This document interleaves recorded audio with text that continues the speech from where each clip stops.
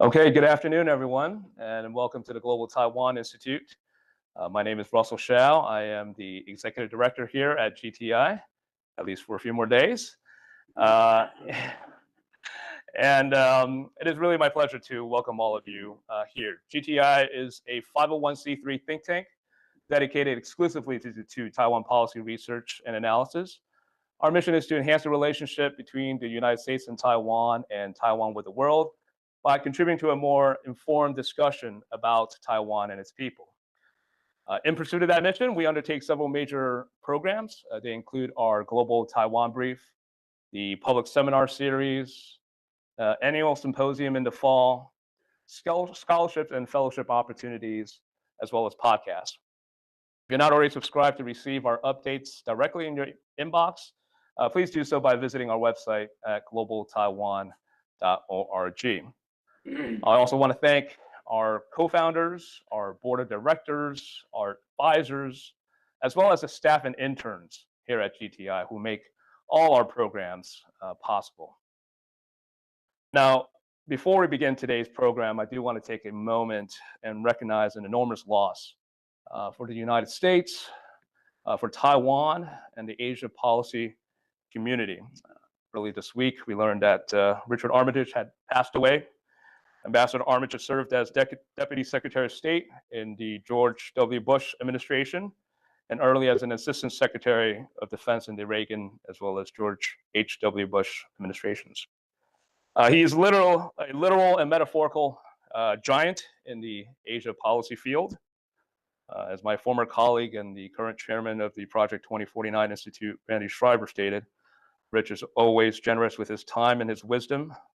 Ambassador Armitage undoubtedly shaped generations of aspiring national security professionals, including those who walked through our doors, end quote. I do count myself as one who had benefited immensely from Ambassador Armitage's vast and generous intellect, and even if from afar. We are now, of course, all poor without his generous and wise counsel. So let's begin today's program. Now, military issues tend to dominate policy discussions over Taiwan here in this town. Beijing's military objectives, however, are first and foremost driven by the nature of the Chinese Communist Party's political goals and its intended program of subversive political warfare, which has certainly become more prominent since Xi Jinping came to power in 2012 and accelerated the CCP's effort to annex Taiwan. Now, as China rises under Xi, its growing military and economic power are having a profound political impact on the international system. From the reabsorption of Hong Kong to Beijing's increasingly material support for Russia's reinvasion of Ukraine, the ideological drivers of Xi's vision and hegemonic ambitions are manifest and have serious implications for Taiwan and the free and open international system.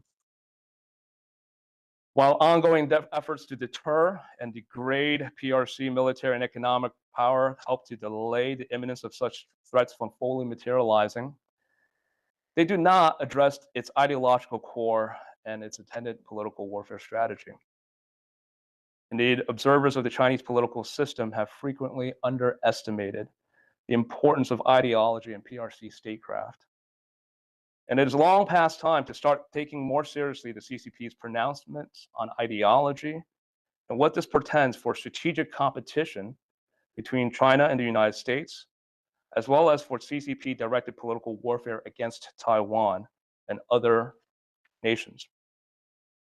From Beijing's perspective, the core of the strategic contest is an ideological struggle.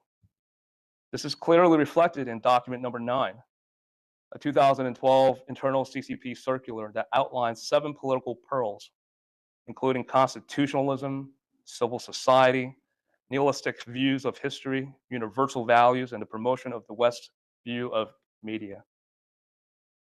Chinese leaders and Xi Jinping in particular have proclaimed that the CCP must embrace the spirit of struggle against the free world. Today's discussion, which is based on a GTI-supported research project examining CCP political warfare directed against Taiwan, aims to better illuminate and address the underlying ideological motivations of the CCP, as well as to develop a strategy to counter Beijing's political warfare activities in multiple dimensions: gray zone operations, its covert actions, areas of lawfare and economic coercion. I want to take this opportunity to thank the Taipei Economic and Cultural Representative Office for the support of this project. Of course, all the opinions expressed in these series of reports are the author's own. We have a QR code as well as the corresponding reports available in the front. So please, you can visit our website or download those reports, which we will discuss in much further depth here in today's discussion. I will introduce the contributors to this project shortly, but first, I am particularly honored to present our keynote speaker to kick off our discussion here today. Retired Rear Admiral Mike Studeman is the former commander of the Office of Naval Intelligence. Admiral Studeman has led intelligence operations at every level, from the tactical to the strategic, and the Navy joint national and interagency assignments. His senior joint assignments as a flag officer include 3 years as the Director of Intelligence, J2, for the nation's largest combatant command, the U.S. Indo-Pacific Command, and he's currently a National Security Fellow at MITRE. Please join me in welcoming Admiral Studeman to the stage. Sir.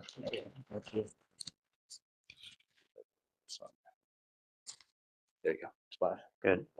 All right. All right. Hey, good afternoon, everybody. How you doing today? Good. Very good. Well, Russell, thanks for inviting me to be a small part of today, and I really can't wait to listen to the panelists here who are going to talk about, some key issues that, frankly, I think within our national security community that we don't understand as well. We don't value the impact of, and frankly, we struggle to actually figure out strategies and tactics to deal with some of this more sophisticated way that the Chinese are approaching how to get their way, particularly in Taiwan, but also in almost every area that the Chinese are active. And this is a global thing, in fact. And so a highly attuned sense of what's going on is the first part of whatever strategy you're going to formulate to then go against. And it requires you to be just as sophisticated and to play three-dimensional chess as the Chinese. So thanks again for the invitation. I found it interesting that we're beginning today at high noon. And so I went back and I was actually looking at the movie, The High Noon, because I thought that there might be some parallels. You remember Gary Cooper's? This is a 1952 film. Won 4 Academy Awards, and Gary Cooper was the hero. He was playing a sheriff, former sheriff called Will Kane, and actually Grace Kelly was in this movie, and she was a character named Amy that was the sheriff's wife. And apparently, so the plot of the story, which I'll tie into this this event, the plot of the story is an outlaw who's coming out of prison, and he's going to arrive on the noon train to exact revenge in this town in New Mexico territory. And so Will is faced with a choice. His wife, Amy, wants him to leave. They can just get out of town.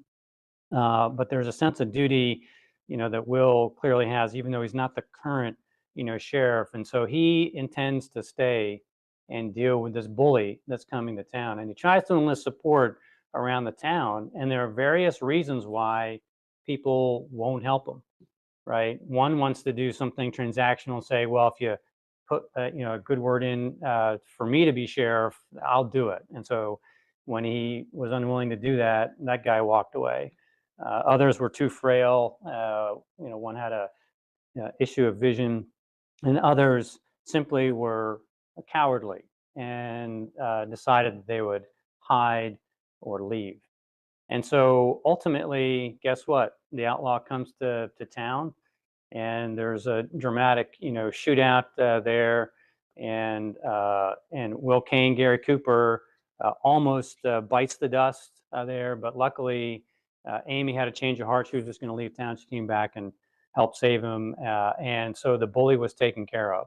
there's a fascinating study of human interests and prioritization of things that you value, and essentially a group dynamic where, in fact, it took the courage of an individual to inspire the defense sort of this town, and it required a willingness to sacrifice to actually change the dynamic. Otherwise, guess what? The outlaw would have, raised Cain and run rampant over that town. So here we are at high noon, and in geopolitical dynamics, you have the same activities at work across, multiple communities.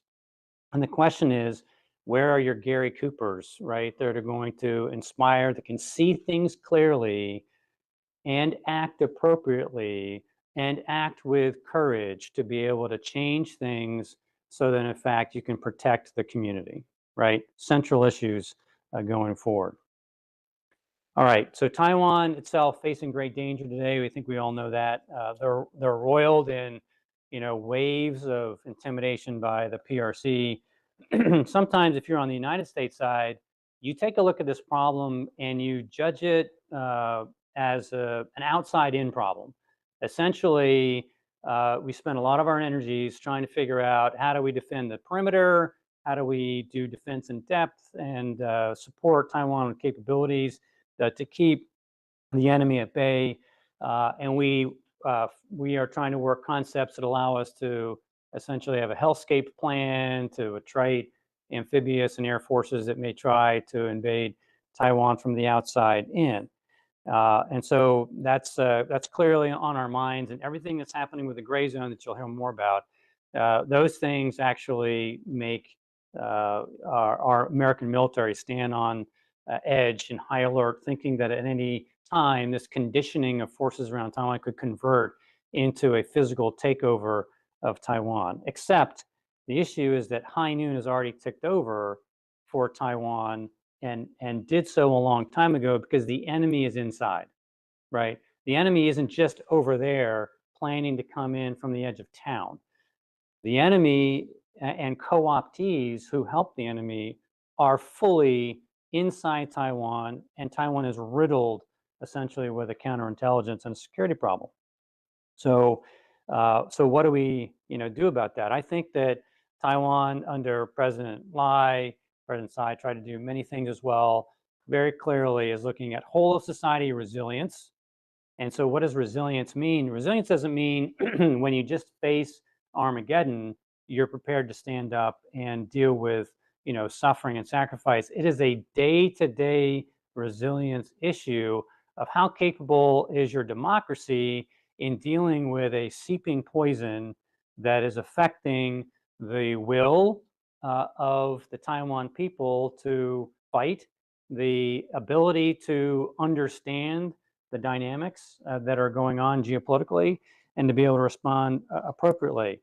So PRC very astute at working things. So they're affecting Taiwan's will to resist, attitudes towards the CCP in China, right?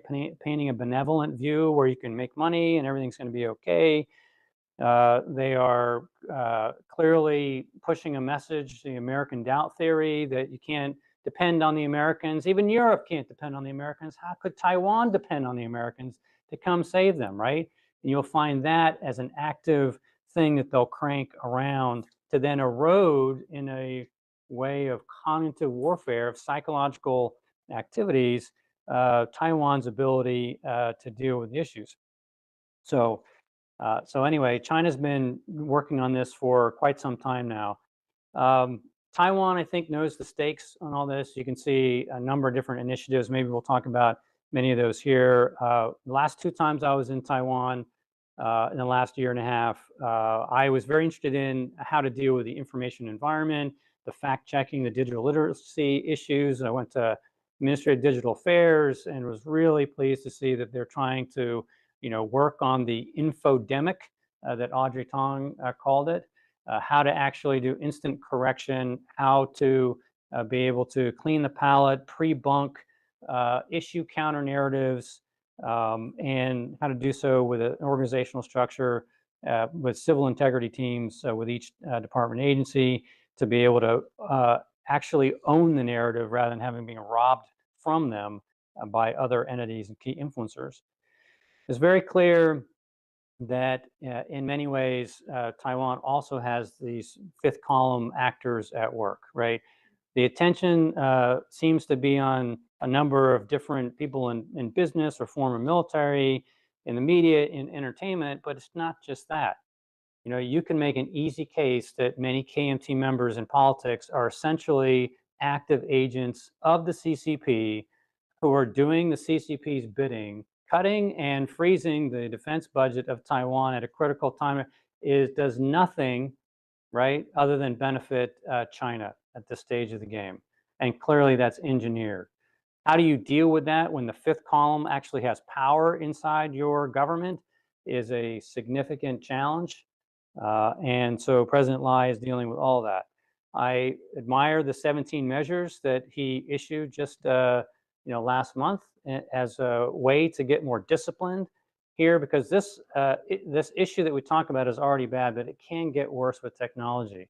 Technology allows you to have more convincing deepfakes, has the ability to just scale up capability there to really sway people very quickly. And so how you counter that, at scale with the advances in technology are going to be really important. So look, I'll kind of wrap up here. There are major battles underway in Taiwan today.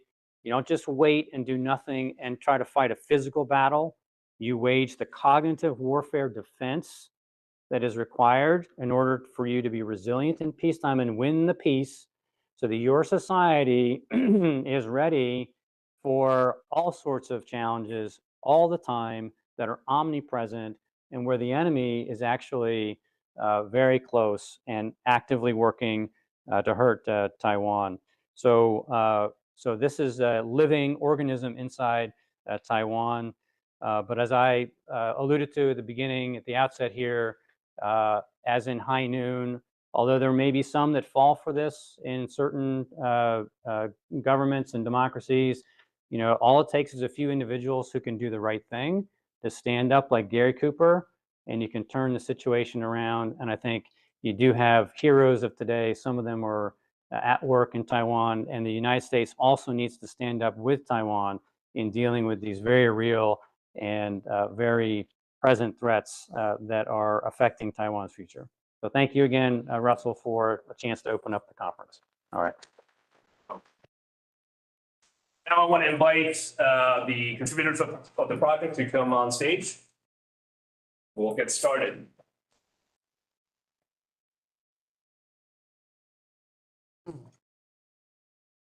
Yeah, thank you.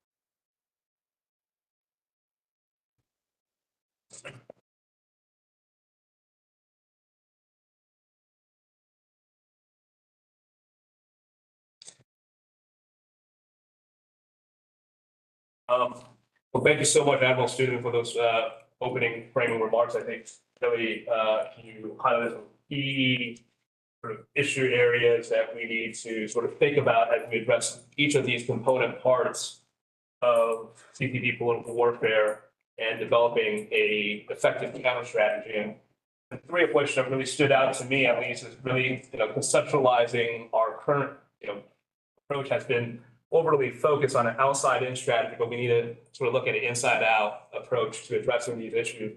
Secondly, it's just, I think, totally missing in the overall discussion about strategic competition, which is the human element of strategic competition. And I think we're doing a lot in terms of talking about military strategy, about hardware, but we're not talking nearly enough about software in this. And I think this is going to be one of the key issue areas that Taiwan will certainly need to better leverage in order to effectively contend with CCP political warfare, but also the United States as well. And thirdly, it's just that we are approaching this primarily through a defensive lens, and I think perhaps what I did hear from your discussion, from your opening comments, was that we also have to sort of think about what the offensive elements too also as well. And I think that's really helpful for us to address these issues as we discuss this project. Again, thank you all for joining us today for this panel discussion on enhancing US-Taiwan cooperation in countering CCP's ideological work and political warfare. It really is my pleasure now to introduce my project members of this project. First, I'll introduce them in the order in which they will be speaking. To my immediate left, John Dawson, who is the current Deputy Director at the Global Taiwan Institute. He had served previously as a U.S. Navy officer, as well as a staff member of the U.S.-China Economic and Security Review Commission, as well as editor of the Jamestown Foundation's founder. Next to him, we have Derek Grossman. He's a senior defense analyst at RAND, a federally funded research center focused on a range of national security policy and Indo-Pacific security issues. Derek has served over a decade in the intelligence community of the United States. He's the daily intelligence briefer to the director of the DIA, as well as the Assistant Secretary of Defense for Asia Pacific Security Affairs, among other postings. He is also the former editor of the Jamestown Foundation's China Brief. Next to him, we have Peter Mattis. He is the president of the Jamestown Foundation, a position that he began in the fall of 2023. But before returning to the foundation, Peter had also served as editor of the Jamestown Foundation. Still a pattern here right now. But most recently, Peter was a senior fellow at the U.S. Health Select Committee on the Strategic Competition between the United States and the Chinese Communist Party, and had affiliations with the Special Competitive Studies Project, where he was director for intelligence. Last but not least, to his left, we have Benjamin Sanda, who is a research fellow here at the Global Taiwan Institute, where he investigates PRC United Front influence operations and hosts the GTI flagship podcast called GTI Insights. He previously worked in Taiwan for an NGO there called the Double Think Lab, studying CCP United Front strategy. Benjamin has also studied and lived in Seoul, was a researcher at the ROK National Assembly Research Service, as well as the Yonsei University Institute of Sociology. So as you can see, we have assembled a really excellent team here. We've worked on this series of projects, and so without further ado, I want to turn it over to John to kick things off with a framing of this project and also his section of the analysis. Okay, hey, thanks a lot, Russell, for that very kind introduction. Thanks to everyone for joining us today, either here in the audience or those joining us online. My role is a little bit unusual in that I wrote the first two out of the 5 reports in this series. The first of those being sort of the 101 course guide, the political warfare for dummies overview of what what political warfare is, what its components are, and with some examples of each, as well as the second report that discusses the CCP's sort of own official ideological frameworks, the way that it itself attempts to frame issues surrounding Taiwan and how that connects to its political warfare efforts. I think in my remarks today, I'm probably going to lean a little bit more on the first of those two than on the second, since in the second there's some material that does overlap a little bit, I think, with the lawfare discussion, and I'll leave that to Russell and some of the other discussions. But in terms of framing it, or framing this question, which is primarily what I wanted to do today, I sort of wanted to address the question of what all this means. I think Confucius said that the beginning of wisdom is the rectification of names. So I kind of wanted to start with that. There are a number of terms that are often used or that float about for the sorts of phenomena that we're talking about today. The term hybrid warfare is often used, and NATO, for example, has founded a hybrid warfare center. The term information warfare is often used. As I was researching this, I actually tried to look up to see if I could find an official U.S. government definition, which I did not find. The Department of Defense dictionary has the term information operations, and it's probably the closest thing, but I couldn't really find a clear doctrinal definition. But my own preferred term is political warfare, and that's the one that GTI has used for this series of reports. And in the framework that I put together, I've not intended to be binding on the other authors in this series. So this is largely my own conception, but I think it does accord pretty well with what was written by the other authors in this series. In terms of framing this, or trying to provide a definition or framework for political warfare, I looked both at some of the terms that are used by the PRC and Taiwan, and also I settled mostly on actually the sort of the general conception that was offered by George Kennan. He was the State Department officer who wrote the long telegram. It was later published as the Sources of Soviet Conduct. But he wrote another document in 1948, a State Department internal memorandum that was titled The Inauguration of Organized Political Warfare, which I think actually provides a really good framing for the sorts of things that we're talking about. And the way that Kennan described it is he said, political warfare is the logical application of Clausewitz's doctrine in time of peace. Political warfare is the employment of all the means at a nation's command, short of war, to achieve its national objectives. Such operations are both overt and covert. And Kennan goes on to say, we have been handicapped by popular attachment to the concept of a basic difference between peace and war, and by a reluctance to recognize the realities of international relations, the perpetual rhythm of struggle in and out of war. And interestingly, I think Kennan, he, in his framing of it, his description of it, he relies, he points very much to the practices of the Soviet Union, of the international communist movement and the Soviet Union. But even going back earlier than that, he actually attributes great success to the British in political warfare. He says that the reason that the British Empire endured so long is because they were so skilled at political warfare. Interestingly enough. The PRC itself tends to frame these discussions under the terms of what it calls the three warfares, being public opinion warfare, psychological warfare, and legal warfare. There really can be a lot of overlap between those three.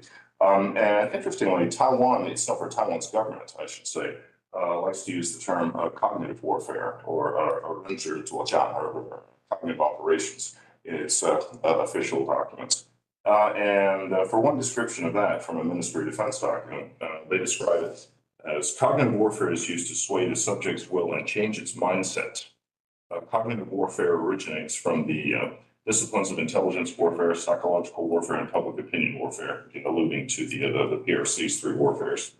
It can make use of highly efficient modern computing systems, the internet, and social media to twist the subject's social ideologies, mentality, and their sense of law and order, and manipulation of mentality and public opinions. For my own definition for it, and for this report, I adopted the following, and I think it's really important to consider like what the intended end state of this is. And the way I personally defined it is that political warfare is concerted and purposeful, and primarily, though not necessarily, nonviolent actions taken by a political actor to undermine a target group's morale, social and political cohesion, and psychological resistance to the imposition of the initiator's desired end state.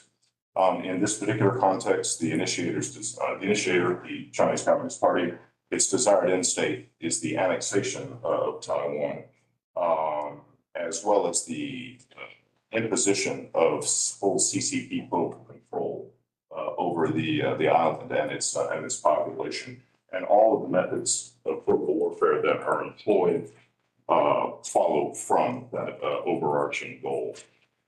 For the particular, as I laid it out, let's see, can we move on to my slide?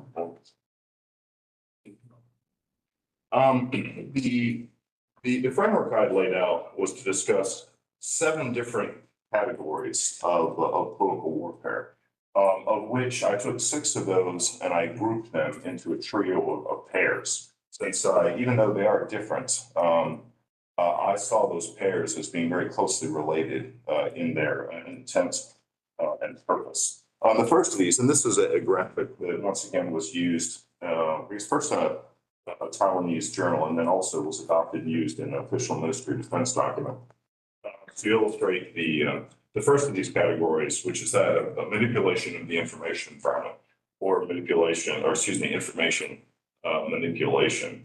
And this takes a number of forms, both the attempt to exert influence over traditional media, newspapers, television, cable news channels, and so forth. And PRC influence there is often interjected through business connections or business ties. If there's a wealthy owner of a television network or a newspaper, for example, trying to leverage the business interest that that person perhaps may have in the PRC to apply pressure to change their content and editorial line.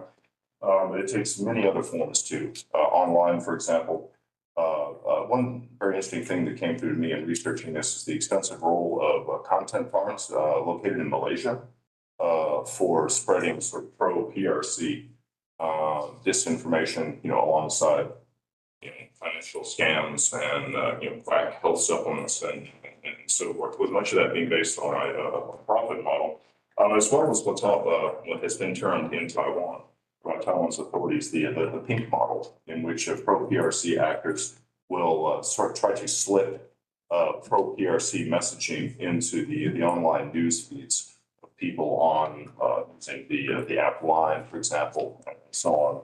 So, let's see. Oh, whoops, I went too far.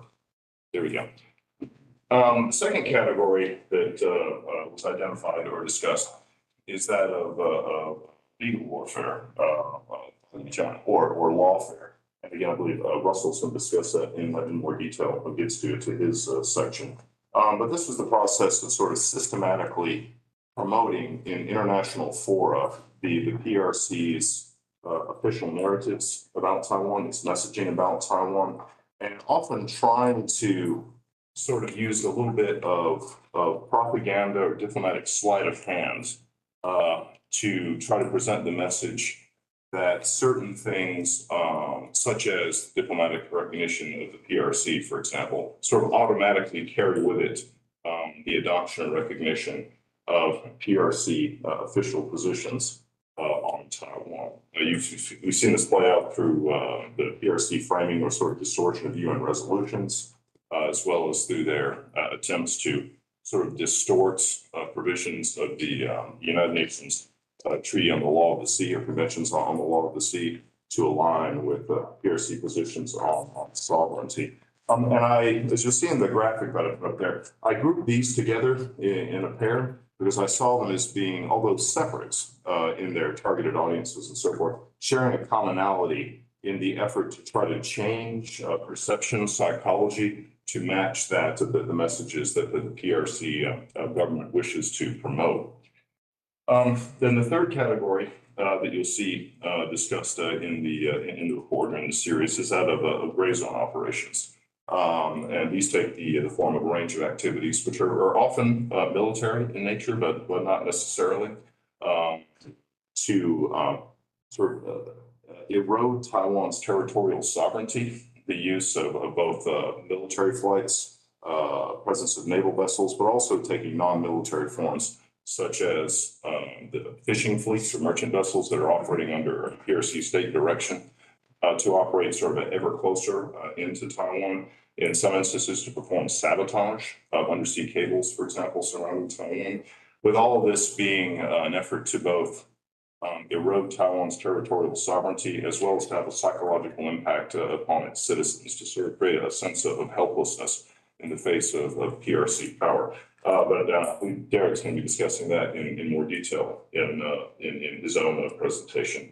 And then from there, the fourth category laid out is that of economic coercion, the effort to apply the economic leverage that the PRC has to also try to force political change in Taiwan, or to punish political activity it does not like. And that can take a number of forms, such as some import bans. If the PRC government decides there's something going on in Taiwan that it doesn't like, there will suddenly be some new pest, discovered in a shipment of whatever, wax apples, whatever the case may be. And once again, that's but I don't want to go too far into that because that is going to be discussed in further detail by one of our other presenters, by them. But as you say, I group those two together as a pair. Again, they're two separate things, but they share commonalities in terms of trying to apply coercive pressure and trying to apply psychological pressure to the targeted audience, that being the government, the population of Taiwan. And then getting to the final two categories, I discussed United Front operations in the report, and United Front work is it's sort of a concept I think is often poorly understood in America and in the West because our own political paradigm really doesn't have an exact parallel to it. I've commented before. I think maybe the closest parallel we have is astroturfing. Sort of like, fake lobbying public relations campaigns, but it's not exactly the same thing. We really don't have a clear parallel to it. But I would define United Front work as a large series of measures that are taken by the party, by the Communist Party, to try to influence, co-opt, control political groups or social groups outside of the party. And that can take a number of subversive forms. And again, I think that's going to be discussed more by Peter when we get to his portion. The sixth category being intelligence operations or espionage. We've seen that more and more clearly in Taiwan. Actually, this year, just over the last few months, have been particularly striking in terms of a number of very prominent espionage cases that have been revealed, and the number of personnel, particularly from the ranks of the military, who have been charged with providing classified or otherwise sensitive information to PRC and intelligence officers. And this is a process that can have a very sort of corrosive effect on Taiwan's national security. And once again, although these are United Front work and espionage or intelligence operation are two different things, I put them together in this pair, again, because of sort of the commonality that they have in terms of having a subversive effect on Taiwan society and trying to undermine Taiwan's government and its democratic political system. And then the seventh category, as discussed in the report, is that of cyber operations. And as I wrote or commented, I actually kind of went back and forth with myself as to whether or not to make this a category of its own. I think it's prominent enough to deserve separate mention, although I actually really don't think it is so much a separate political warfare discipline of its own, but rather it's the domain, perhaps the central domain in which political warfare operations are conducted by the PRC against Taiwan. And that's why in this graphic I chose to depict it in this way, as sort of a circle around the other circles. I know I'm at risk of going over on time, so I know I need to wrap up. Once again, the other report I wrote about CCP ideology does overlap a little bit with Lawfare, so I don't want to go too far into that, but just to mention some of the primary factors that you will find in terms of CCP ideology.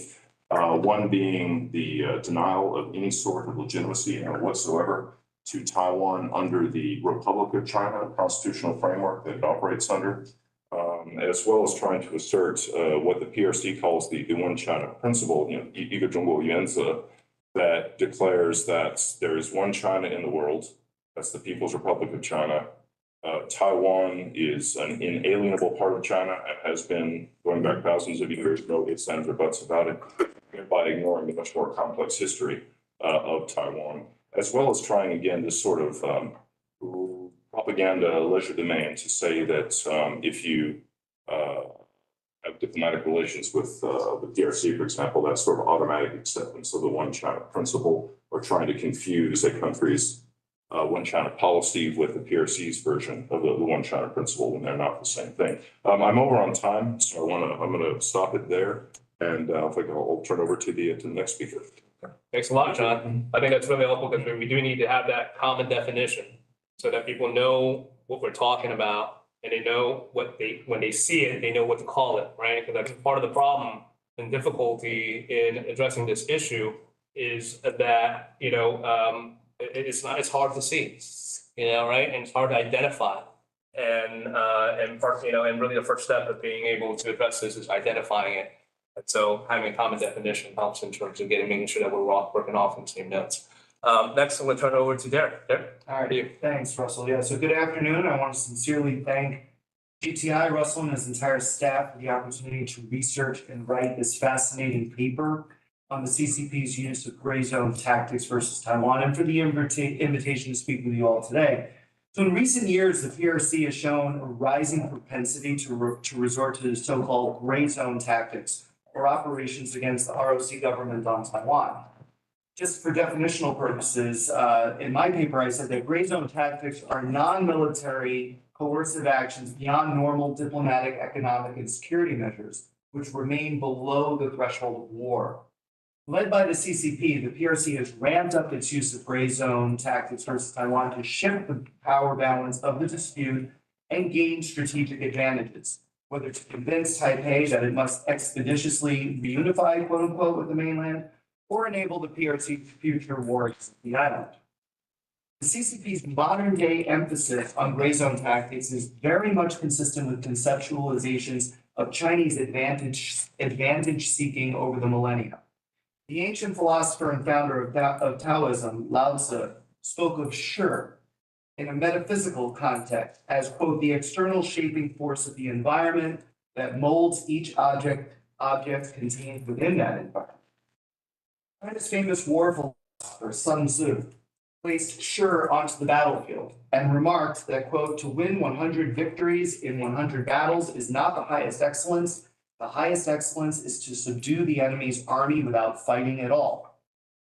But today, the CCP's use of gray zone tactics are likewise designed to acquire strategic advantages over Taiwan without provoking war.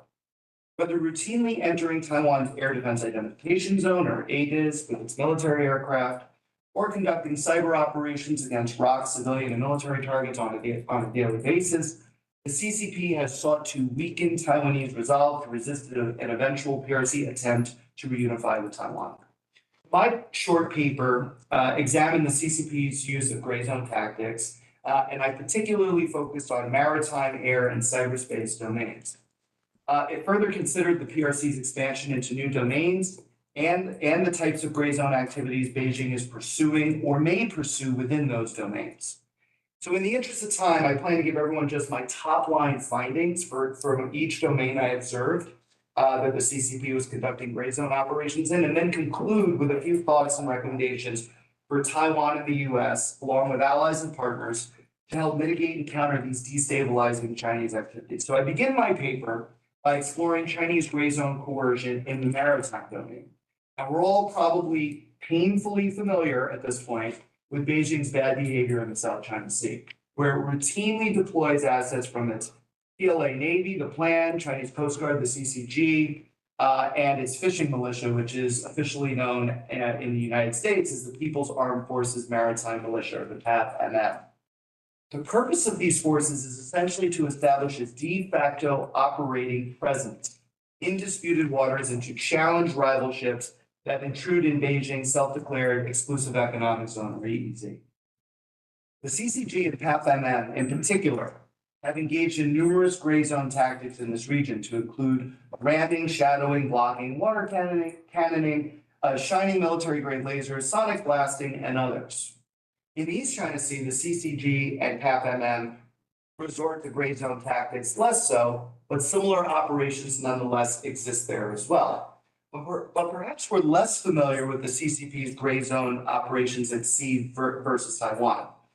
Here, Beijing primarily employs its planned CCG and civilian ships. The most prominent example has been multi-service military exercises that since August 2022, when then Speaker of the House Nancy Pelosi visited Taiwan, they've encircled the island on at least 3 separate occasions since then. These drills are a clear attempt to erode the ROC's military operating space and to pressure Taipei with the threat of military force if it does not capitulate to the CCP's One China principle. During peacetime, the CCG has further been ramping up patrols of Taiwan's outer islands. Beijing also engages in undersea gray zone coercion, and the primary observed form has been the severing of undersea telecommunications cables that connect Taiwan to its outer islands and the world beyond. One final and interesting point on China's gray zone tactics versus Taiwan at sea has been the relative absence of PAF-MM forces. This approach stands in stark contrast to the CCP's robust and routine use of PAF-MM in the South China Sea. In addition to its employment of gray zone tactics at sea, the CCP continues to press Taiwan in the air domain. Starting in 2019, the PLA Air Force, or the PLAF, began to make routine incursions into the island's ADIZ without authorization from the ROC government. Since then, Beijing has sorted fighter jets, bombers, reconnaissance aircraft, and other assets into Taiwan's ADIZ. In 2020, the PRC seemingly decided to stop respecting the existence of the center line in the Taiwan Strait as well. Prior to this year, PLAF crossings of the center line were quite rare outside of the context of Chinese military exercises, but now they're more common, I should say. And then outside of the context of Chinese military exercises, Beijing has clearly ramped up both the number of incursions into Taiwan's ADIZ and crossings of the center line. On the first point, which is going into Taiwan's ADIZ, one estimate at the conclusion of 2024 was that the PRC had launched at least 3,000 sorties into the island's ADIZ, a more than threefold increase since just 2021. And when it comes to the center line, recent analysis of the ROC's Ministry of National Defense data demonstrates that PLAF crossings continue to rise from 240 in 2021 to 269 in 2022 and 271 in 2023 to 313 in 2024. On the asymmetric side, the PRC has used other means to challenge Taiwan in the air domain. After discovering that China had likely sent a hot air balloon in 2023 to spy across the continental United States, Taiwan and other nations revealed that they had experienced the same gray zone tactics. Although the true purpose of these spy balloons continues to be hotly debated, at a minimum, they're designed to collect intelligence and probably intimidate those that they traverse. One also has to wonder whether the PRC is also covertly using small commercial drones launched by civilians as yet another form of gray zone coercion against Taiwan. Another domain in which the CCP conducts gray zone operations is cyberspace. According to a recent government study published by the ROC's National Security Bureau, Chinese cyber hacking against the government in 2024 reached approximately 2.4 million attempts per day, an astonishingly high volume that underscores Beijing's relentlessly aggressive attempts to compromise internal workings and effectiveness of Taiwan's national government. To make matters worse, the PRC is engaged in new and emerging forms of gray zone coercion in other domains. For example, on Kinmen, Beijing in recent years has successfully engaged with the local government, incrementally and subtly attempting to pull it out of alignment with the central government back in Taipei. Starting in 2001, Kinmen and the PRC established the three small links, quote unquote, of transportation, postal services, and trade, predating by 7 years the ROC national level agreement with the PRC that established their three links. Outer space is another domain where CCP gray zone tactics are likely to become apparent. To be sure, the ROC space program is relatively nascent, especially compared to China, Russia, and the US. But because of Chinese gray zone tactics against Taiwan's telecommunications network, particularly with regard to undersea cable cutting, Taipei has had to seek diversification for the sake of redundancy and survivability. To help Taiwan combat the CCP's gray zone tactics in multiple domains, I have three main recommendations, and then I'll look forward to your questions. One is to more effectively convey to the PRC that gray zone tactics are failing to achieve their core objectives of coercing Taiwan into submission on one China.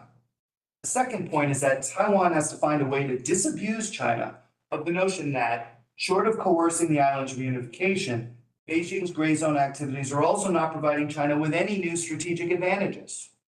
And third, Taiwan should seek to expose China's gray zone activities as much as possible in order to garner additional foreign support to deal with them. I think the Philippines has done a pretty outstanding job of this. Above all else, Taiwan must strive harder to mitigate and preferably end China's coercive gray zone behavior. To be sure, Taipei is already doing an admirable job, especially in the sea and cyber domains, but much more can and should be done to further protect Taiwan's sovereignty and security in years to come. So I look forward to your Q&A. Thanks. Thanks a lot, Derek. I think really with your recommendations, you underscored the key of PRC based on coercion and its for its attendant political effect, because much of your recommendations are actually non-kinetic, but more addressing on the political aspect of these activities, and therefore the response needs to be, as tailored to that particular desired effect to carefully address it. I think that's really helpful. Peter, over to you, sir. I got John Dodson's sort of grab bag of fun with intelligence, cyber, and United Front altogether. And I don't think I've ever come away from looking at this issue. I've looked at it for a long time, as convinced of the sort of the political warfare utility of these operations, and the sense that this is less about collecting intelligence, less about having situational understanding, and much, much more about preparing the PRC to annex Taiwan, whether you want to call it intelligence preparation of the battlefield, or you want to undermine the feeling of integrity and accountability inside the system, that this is really the core feature of this. Right? We've gone to a place where, yes, they recruited people to provide intelligence on the activities of the Taiwan Air Force, or the intelligence activities of Taiwan, to now recruiting low-level sort of lower-level enlisted type people who are recording videos professing their loyalty to the PRC. This is a little bit of a change from this kind of past awareness of what do we do, how do we understand Taiwan, how do we influence it, how do we shape it, to now we're creating the materials to undermine the integrity and the feeling of patriotism and national solidarity that could be there. And I think that it's worth remembering that United Front is explicitly a tool of political warfare.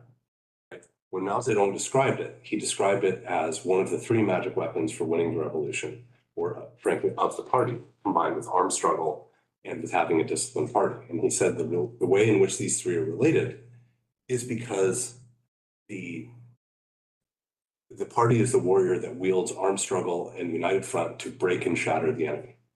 And I think we have to look at these activities and say, well, yes, they are intended to break and shatter. And if you want to say that this is, that's the Mao era, that's not something to think about. Let's remember that when Xi Jinping came into office, he had three signature policy initiatives: anti-corruption to strengthen the party, and his 20th Party Congress speech couldn't have been clearer about the struggle to get the party ready for what lied ahead. The second, which many of the people in this room would know, is the massive reform of the PLA in 2015. The other one, though, that people forget is earlier in 2015 was a massive reform of the United Front system, an influx of resource, reorganization, re-centralization of decision-making authority, and the recreation of bodies that had last been held in the previous major reform of the United Front system led by Xi Jinping. So those were his three major initiatives that he launched in his first 3 years. Look at Xi Jinping's centenary speech. What is the content of his centenary speech for the party in 2021?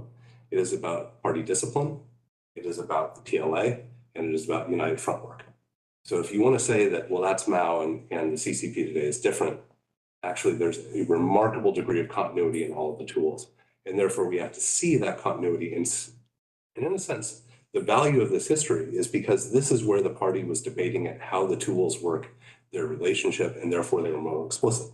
What we can read today and we say, oh, well, that's a little vague, or that's not as specific, it should be, what do we take from this? It's because the party already understands what those words mean, and they don't need to discuss it anymore. So if we think that it's vague, it's just because we're not looking for the rest of the iceberg that's underneath the surface. That's the value of doing this kind of research and this kind of project.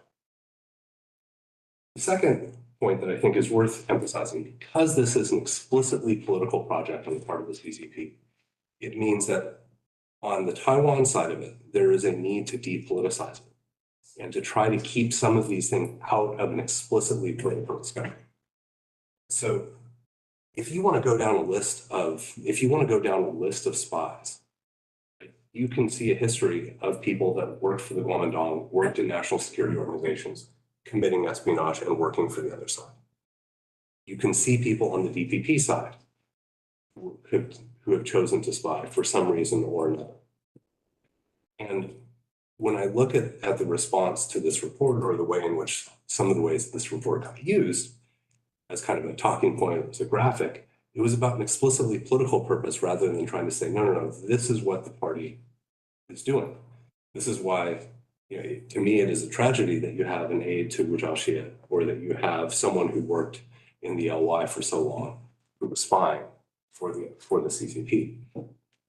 Let's also recognize that anyone can be a victim. Anyone can make that choice. It doesn't matter where they come from.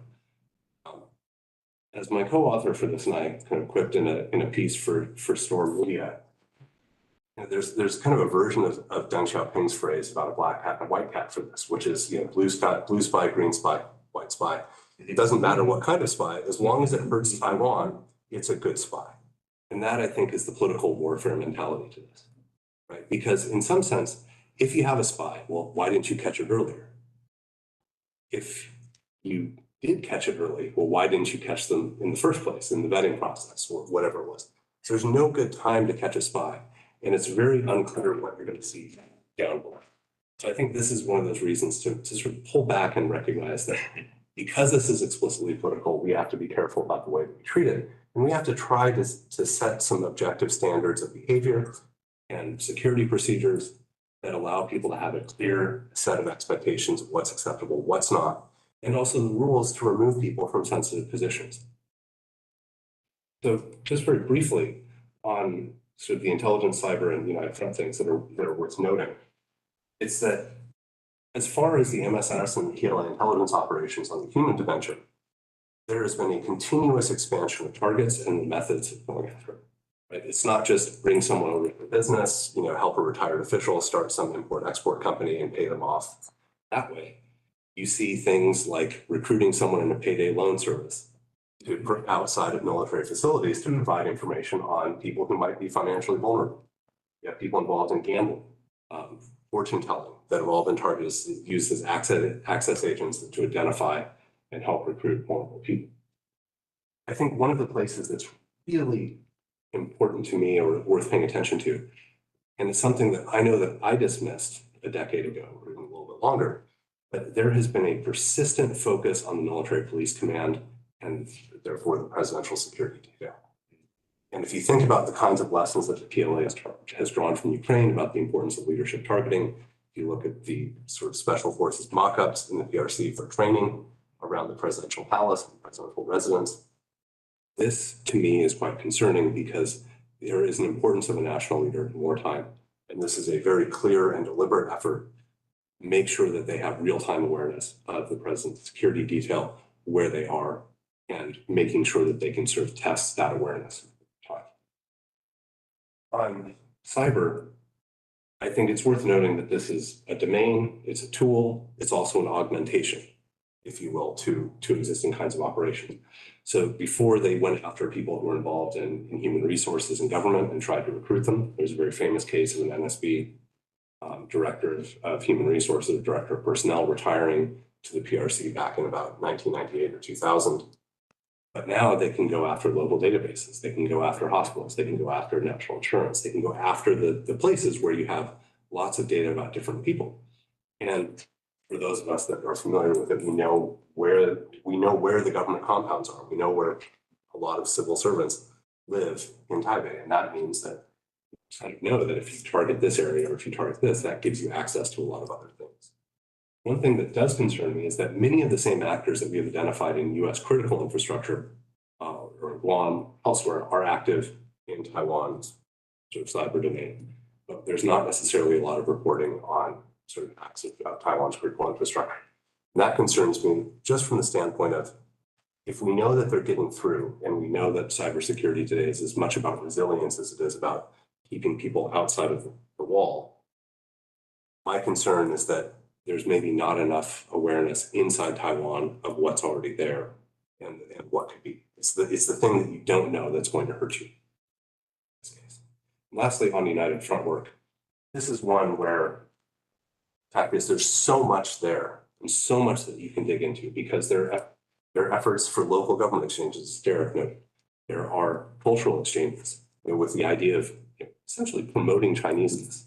Right? There's been a sense in Beijing, when you can read the Taiwan Studies literature, some of it authored by the MSS, of sort of Taiwan's, slipping away, this feeling of a different kind of identity moving. Well, this is one tool, whether or not it's effective.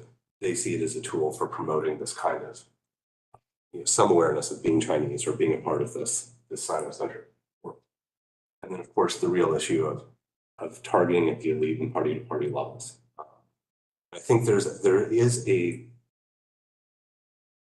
for those of us that have seen well done track 1.5 and well done track 2s, there is a sense of like adults can behave as adults and behave appropriately. But at the same time, it also behooves us to understand who is on the other side. So if you're meeting with Song Tao and people out of the International Liaison Department, it's worth noting that the International Liaison Department was originally part of the United Front Work Department. It was carved off in 1953 for the specific reason that they recognized that dealing with foreign political parties was actually different than the kind of on-centric political mobilization that is the specialty of the United Front Work Department. It was deliberately created for this different reason to deal with outside. So in one sense, it's also kind of understanding that people out of the International Department are treating Taiwan as an outsider because it's a feeling that they have lost it and there's a different set of skills that have to be employed. But it's worth keeping that piece in mind. And I'll just finish up with a few comments. Is that you have to have transparency, and democracies have to have debate and conversation, right? People can meet who they want, they can do certain things, but we have set boundaries on them. We set boundaries in the United States, Australia has set boundaries. This is something that I think Taiwan has the legal structure for, but it's something that the rulemaking authorities have not always set clear rules and clear expectations. Second point is that consequences create risk. If there are no consequences for behavior that undermines Taiwan and undermines the integrity of the system, then who cares? What does it matter what people do? And I think that it's a good sign to see the expulsion of people that are promoting CCP propaganda, people that are very clearly working on Beijing's behalf. And that's something that, if you're going to expel someone, then yeah, you should have a high standard. But if you're dealing with security behavior inside a government institution, that's actually a different thing. And that's one of the reasons why we have a security clearance system is, yes, you have routine vetting and you have ongoing vetting, but it's also one that allows you to set a standard of behavior. It's like, even if we don't think that you should spend your time in prison, even if we don't think as a democracy, we should take away your liberty, it does say, yeah, but that's not acceptable behavior to work in government, or that's not acceptable behavior to work in the presidential palace with an actual security group. But more importantly, that would be in these other institutions that have interesting roles and responsibilities like MODA, Ministry of Digital Affairs, that are incredibly important for national security and Taiwan's sovereignty and integrity, that are not really covered by the same national security mentality that would be in the military or that would be in the National Security Bureau and others. And that's something that has to be kind of spread across them. So I'll leave it there. Excellent, Peter. Thank you so much. I think you really hit the nail on the head there on terms of the recommendation or the need to try to depoliticize the responses to these types of threats, and that's really challenging, of course, given the nature of the actors, but it absolutely needs to be done because, as I think you explained very well, which is that this is attacking this is the very purpose, perhaps, of the PRC's political warfare tactic, which is to attack political cohesion within Taiwan. And in doing so by creating, these fissures within Taiwan that could be exploited to further.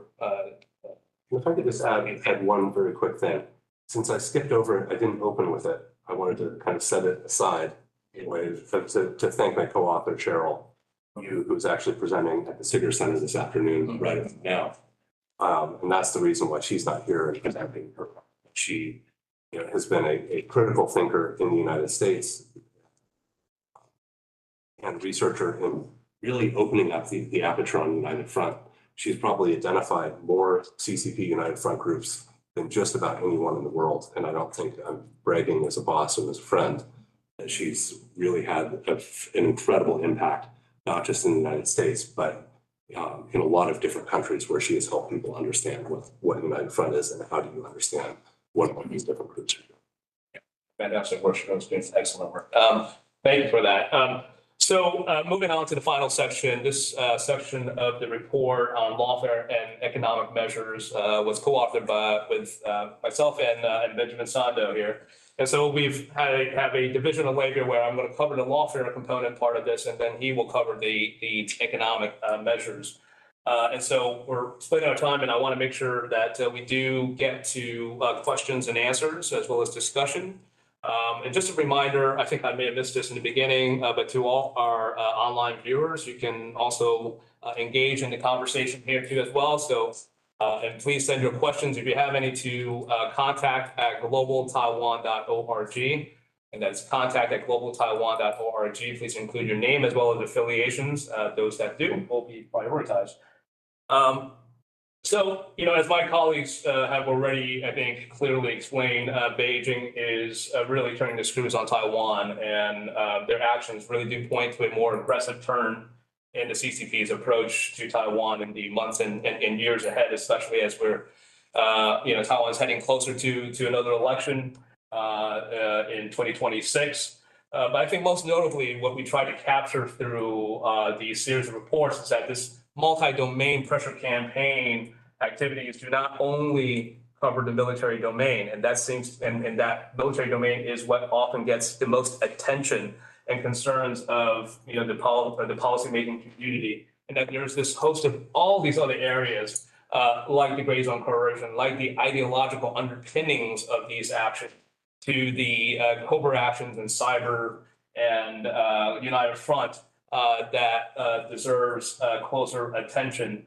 But I would argue that actually within this sort of new set of multi-domain offensive against Taiwan, it is the lawfare and economic measures that I think are most pronounced.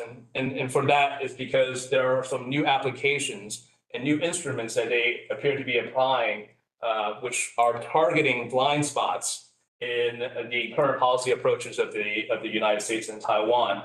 And then we'll cover the economic measures, and I think these are going to be very interesting for its forward-looking aspect within the current geopolitical environment, since it's always been a dual-handed approach that they've applied. But on the lawfare side of it, I think in recent years we've really seen a set of new legal and law enforcement measures, which appear to be extending the jurisdiction of the PRC over Taiwan and its people, while also limiting the effective jurisdiction of the Taiwan authorities over its administered areas and people, which are all presenting a legal infringement on exclusivity. These measures are, I think, intended to exploit the ambiguity that is built into the U.S. position of not taking a position on the sovereignty of Taiwan, also at the same time not challenging the Chinese position on the matter. There are, I think, three overarching objectives that correspond to these new instruments in the PRC's lawfare campaign. They are, first, undermining the de facto sovereignty of Taiwan by challenging its exclusive jurisdiction over its own affairs through legal contests as well as law enforcement activities. It is, secondly, to legalize the One China principle and, by extension, Beijing's sovereignty claims over Taiwan through such measures as its misuse and distortion of UN General Assembly Resolution 2758. And thirdly, is trying to use legal measures or enforcement of legal measures to deter domestic and international support for Taiwan's autonomy and to compel Taiwan's unification with the PRC. I mean, all in all, these measures have the overarching goal of creating a legal fait accompli that could act as a legal barrier or impediment to foreign intervention in the event of a Taiwan contingency. And this, of course, includes the three different measures I've talked about. I think briefly, just looking at challenging legal exclusivity through law enforcement action, it's important to highlight the principle of legal exclusivity, especially in the context of sovereignty. It means a state's supreme, ultimate, and exclusive authority to govern within its territory, including making laws, enforcing them, and resolving legal disputes. And I think, it's intriguing to see Chinese analysts now increasingly referring to a Jinmen model for Taiwan. And I think we've seen, of course, over the past year, tensions surrounding Jinmen Island, which of course is an offshore island which is only about 6 miles off from the of CRC Minister Xiamen, and these tensions have been escalating. Many of these incidents was referenced earlier in terms of some of the gray zone coercion tactics, but they do typically involve Chinese Coast Guard vessels increasing their patrols over the Jinmen Islands. I think there has been around 70 cases now of these Chinese Coast Guard vessels violating Jinmen waters in just a year alone, and so you can really see that these activities are increasing. Chinese state-run media outlets are really highlighting and citing their law enforcement presence, which are aimed to normalize these activities around Jinmen and potentially extending that out to Matsu and Penghu, as well as eventually over to Taiwan, entire Taiwan main island. These activities have been asserted as measures to contest Taiwan's claim that these are restricted and prohibited waters. In prior past, there was essentially sort of a tacit sort of a tacit recognition that these were sort of separate jurisdictions, but they are outright contesting that now, and or even outright ignoring those separate jurisdictions at this point with some of their infringement activities. Essentially now with this Jinmen model, what China appears to be trying to do is bypassing Taiwan's central government authorities in terms of also in negotiating economic development agreements directly with Jinmen also as well. And so, a lot of these activities, I think, point to, really Jinmen becoming, sort of emblematic of some of the types of legal warfare activities that China is engaging in. In terms of legalization of the One China principle, I think this has been a campaign that has that Beijing has really stepped up in recent years. So in addition to the application of these law enforcement measures that challenge Taiwan's jurisdiction, China is aggressively pushing its interpretation of UN General Assembly Resolution 2758 as endorsing its claim of sovereignty over Taiwan. Anyone who reads that resolution will tell you directly to your face it has absolutely no mention of Taiwan in there. It only disposes of a very narrow issue in terms of who gets China's seat in the UN Security Council, the UN body. It has absolutely no disposition on the matter of Taiwan, where Taiwan's ability to participate meaningfully in that UN system. And you can see that Beijing now is attempting to force, or at the very least, ask its willing partners in the international community to not only adopt these languages that support its sovereignty claims, but to actually demonstrate its support for these claims by either preventing Taiwan nationals from traveling to certain countries, or even supporters of Taiwan to certain countries. As well as to use that as the legal justification for switching recognition from Taiwan with the Republic of China to the People's Republic of China. And finally, on just using the legal measures to deter domestic and international support for Taiwan's autonomy, I think this is certainly a very notable evolution and escalation in Chinese lawfare. Beijing is now, applying and enforcing provisions of its anti-secession law from 2005 as the sort of the legal foundation for new measures against Taiwan. So in June of 2024, as some of you may have already learned, based on the anti-secession law and other legal decrees, the PRC promulgated the opinions on punishing the crimes of splitting the country and citing splitting of the country by Taiwan independence diehards. These legal guidelines essentially interpret the anti-secession law as justifying criminal punishments as well as even death penalty to Taiwan's so-called secessionists in absentia.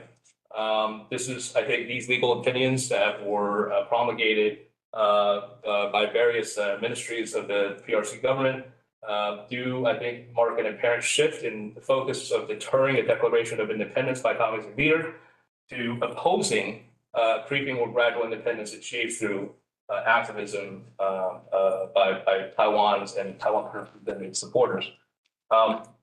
And so, as a corollary to these legal measures now, there's also been an increased number of detentions occurring in Taiwan and heightened scrutiny of people traveling from Taiwan into, mainland China.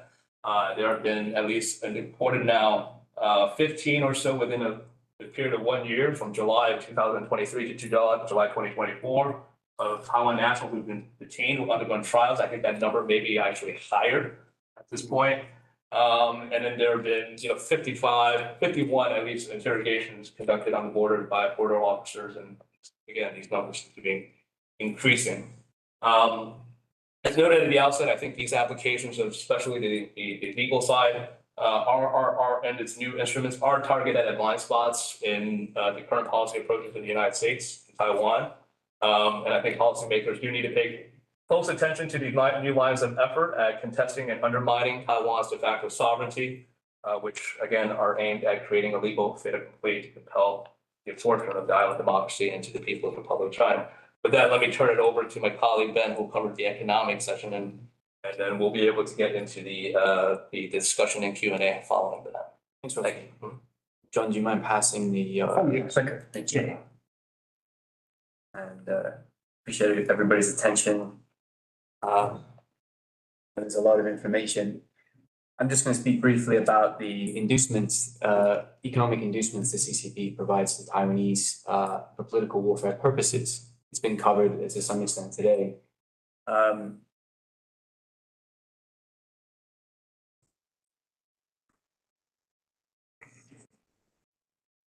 So I won't really focus on sanctions and boycotts, the sort of sticks of economic influence from the PRC. This gets a lot of attention in Washington. It's, I think, relatively easy to grasp. You can read some of the elements of that in our report. I'll just point out, yes, it's essentially a controlled measure, and it carries costs. It may be effective in certain instances, but it carries costs, and it generally alienates populations against the PRC. Instead, today I'm going to focus on the possibly more effective, but certainly more underreported element of tariffs. That is inducements, economic inducements the PRC, the CCP provides to individuals who engage in actions that benefit the PRC's political objectives. You can describe this as political work for the shorthand. This is the way the CCP refers to it. This is a little bit harder to observe and report on because these rewards and these inducements are spent individually. So you need to observe them at the person-to-person level, which is far more time-consuming. And it's also, as John alluded to, something that's harder to grasp because it's outside of our Western practice. In the United States and liberal democracies, we don't tend to do this per se, that is, reward individuals for acts of patriotism financially. But in many ways, as also Peter has pointed out, this is a practice that underpins, in fact, you could argue goes so deep as to underpin the social contract in China. That is, patriotism or acts of cooperation with the CCP and its objective lead to economic benefits. Maybe as simple as employment, but also they can lead to networking opportunities and business transactions. There's a challenge, though, in operating this sort of mechanism, and that is, if you're the CCP, how do you gauge, monitor, and then reward acts of political work at all levels of PRC society, from the highest level to the lowest level, with a population of over 1 billion people, and yet millions more who would be willing to engage in this kind of transaction with you outside of China? Well, the answer is you need a system, and that system is the United Front. It's a system to provide incentives to individuals, again, at every level of PRC society for acts of political work. It involves CCP officials, such as officials who work in the United Front Work Department of the Central Committee. I had that hammer and sickle logo. You can see that. I pulled that from LinkedIn, which shows that this department is embracing some 21st century networking technology. But it also includes groups, again, existing at every level of the party state. Groups which you can consider to sort of be analogous to clubs or even fraternities, whose membership is based on acts of political service to the CCP, and whose membership brings with it fantastic opportunities for networking, not just with CCP officials who can grease the wheel on business transactions or employment, but also with other rich and influential individuals. The most famous of these types of organizations is the Chinese People's Political Consultative Committees, the CPPCCs, kind of a mouthful. Again, they exist at every level of the party-state system, from the national levels down to the municipal and local levels in China, and also invite people outside of China to join. There's a challenge, though. How is this directed at Taiwan? There's a snag here. Taiwanese citizens, by law, cannot actually join CPPCs. There are a lot of workarounds because there are different characters of United Front style clubs and fraternities, you could call them. One of which for Taiwanese, specifically for Taiwanese in China, are the Taiwanese business associations, Taixiehui. These are now all managed and controlled by the Taiwan Affairs Office of the PRC State Council, which, among other things, has responsibility for bringing Taiwanese in China into the United Front system of inducements. Taiwanese are able to participate in these Taiwanese business associations around China. There's another method, which is just simply to offer this kind of access to high-level PRC and CCP officials without actually inducting any Taiwanese into a particular organization. It's a little bit harder to track. One such case study of this are the organizers of cross-strait religious exchanges between Taiwan and China. And what are these? These are frequent pilgrimages that Taiwanese individuals, Taiwanese devotees to Taoist gods will take part in, going from Taiwan to China to visit Chinese temples. Why does the CCP care about this? Because this kind of exchange is one of the last remaining reliable ways for people-to-people exchanges after the pandemic and this era of tension between the Taiwanese and Chinese governments.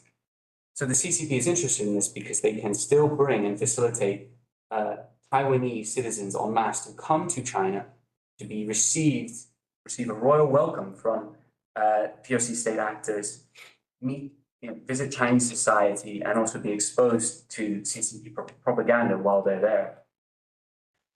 So to the CCP, this is an opportunity for political work. And the leaders of some of these religious exchanges are also co-opted into the CCP's United Front system. One such example is the Taiwan Mazu Fellowship, which is the largest facilitator of these kinds of religious exchanges. Their chairman is a gentleman named Zheng Mingkun, who is he's a Taichung temple leader.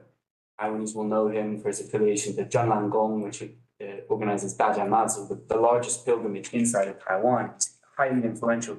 He personally leads delegations of these tour groups regularly to China, to Chinese temples. Here he's pictured in Tianjin Mazu Temple. And through these exchanges, he has the opportunity to meet some of the highest CCP officials. For example, Song Tao, head of the Taiwan Affairs Office, whom he met in 2023. And also this gentleman, Wang Yi, who then, when this photo was taken in 2009, was the head of the Taiwan Affairs Office. He later became China's foreign minister, which is during the pandemic, which maybe what you recognize his name. But this meeting is important because in 2009, in that same year, the Tianjin municipal government signed a contract with Redco Group, which is a Chinese Hong Kong development company, a real estate development company, whereby Tianjin would offer a large parcel of land upon which Redco would build a Mazu temple, that is, and a Mazu cultural park, which would receive visitors from Taiwan. Zheng Mingkuen himself has led multiple tours to this Mazu temple. What's curious is that Zheng Mingkuen himself is actually a board member of this Chinese development company and has a small shareholder stake in one of its subsidiaries. He's a board member of the Tianjin subsidiary that actually developed this. So you can see how a Zheng Mingkuen can receive financial gain from this kind of religious exchanges, bringing Taiwanese to China. Again, what the CCP calls political work. So I'll just close out. The reason why I shared this, because I think it's just a fantastic example of this sort of typical United Front sort of incentive cycle, which is that an individual engaging in pro-CCP political work is rewarded with enhanced guanxi or networking opportunities, which leads to lucrative business opportunities, usually affiliated with the PRC. So you can take this away and understand that this dynamic underpins a lot of political warfare activity by individuals affiliated with or brought into this United Front inducement system. I'll close out there. Thank you, Ben. I mean, I think at first blush, someone may be asking, well, what is this? You're talking about United Front right now, but we're supposed to talk about econ issues. But I think what that illustrates, though, is the fact that this is integrated, and there is a degree, and especially with after the reforms and the centralization that Peter referenced earlier under Xi Jinping, it's increasingly coordinated too as well. And I think this is where this is truly a whole of government and whole of society strategy that they're employing here, and that and it's important not to lose sight of these cases of how the PRC uses economic inducements for its political work and for its United Front strategy. Peter, you wanted to say something? I think that there's something to add on to this, which there was a two-part series in China Brief about 11 years ago on this, but we've tended to look at the PRC government sort of as an interagency process resembling ours, resembling Taiwan. And that's not what this is, particularly on something like Taiwan, where it is in fact a policy system, where you have at the Taiwan leading small group level, you have the party general secretary, you have the relevant sort of Politburo members and standing committee members for the Taiwan issue. And then when you go down to the Taiwan Affairs Office, again, you see lots of different offices from different ministries and from different party organizations plugging into this. And in some cases, if you're looking for the interagency cooperation or the coordination mechanism, it doesn't need to exist, because in the kinds of things that we're talking about, the United Front Work Department, the Ministry of State Security, PLA intelligence side, the PLA political warfare types, they all share the same cover organizations, right? They are in some cases co-located for the units that are working on Taiwan. And this is why that integration starts to exist, because these things the integration has already been built in because they know where they're headed. And so it's a question of the leaders deciding, okay, well, we need this tool or we need this tool. What better way to do it than to have them co-located with the reach back into their home ministries? That's so interesting. But Ben, did you have an additional point that you wanted to add? Just a small thing, that why the economic piece is relevant. I just think when we look back on the reform and opening up period, surmise that perhaps opening up PRC citizens to have access to private property and access to global trade undermine the CCP's rule. Maybe in some ways it has, but it also has given them the ability to induce cooperation with a far more powerful mechanism than ideology or patriotism, and that's money and financial gain. Whereas the Soviet Union, perhaps in the early part of the 20th century, had to rely on ideology and tried to use that when it reached out to sort of interested individuals in the West. The CCP doesn't really need to lean on ideology to the same degree it had to benefit from using financial inducements, which are really powerful and frankly, they're agnostic to whatever kind of nationality or ideology that you happen to have.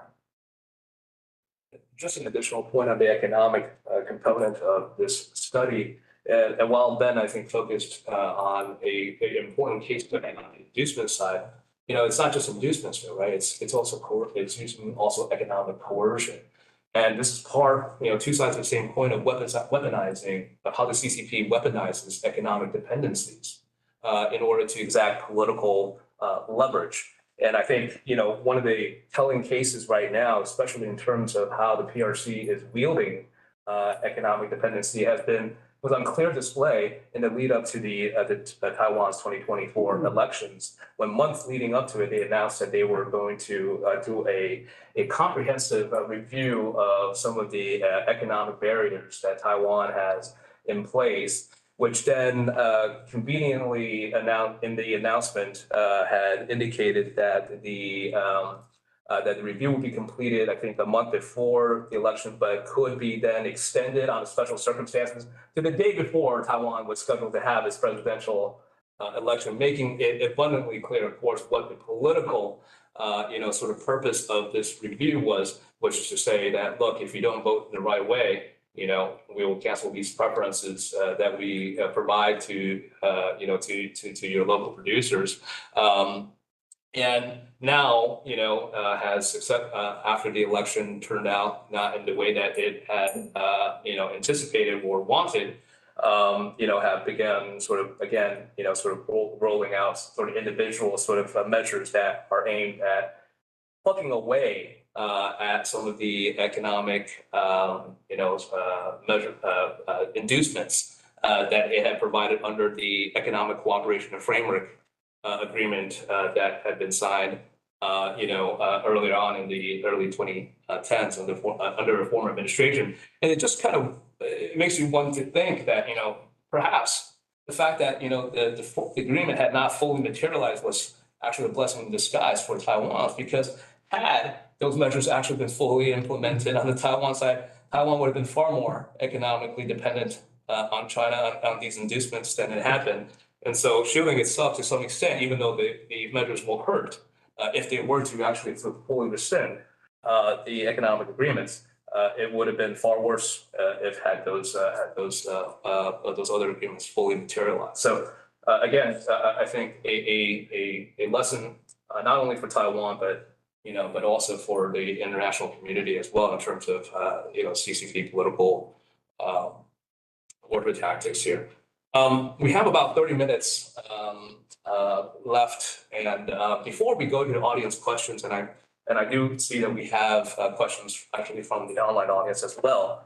I do want to give John a chance to talk a little bit more about the ideological components of the study, because I do think it's an important element that I think sort of glues this all these different pieces together, because there is this really important ideological underpinning to these the CCP political warfare activities. And just give you a few more minutes, John, that you can take to talk about that. Sure, I can do that. I guess with a few points about that. Again, the second of the 5 studies in this series was one focused on the ideological frameworks that the CCP lays out in terms of its policy towards Taiwan, its policy towards Taiwan. And I guess I might mention maybe sort of 3 broad points in what the CCP promotes, and then maybe a couple of more recent developments over the past few years in the framing of its ideology. I would say sort of the 3 the primary points, again, in very broad brush terms, that the CCP promotes is, one, again, this the idea of the denial of any legitimacy whatsoever to the Republic of China. Now, Taiwan still formally operates under the framework of the Zhongguo Mingguo, the Republic of China. Even though it can be something of an awkward fit in some ways for Taiwan's politics and present reality, Taiwan still does operate under that formal constitutional framework.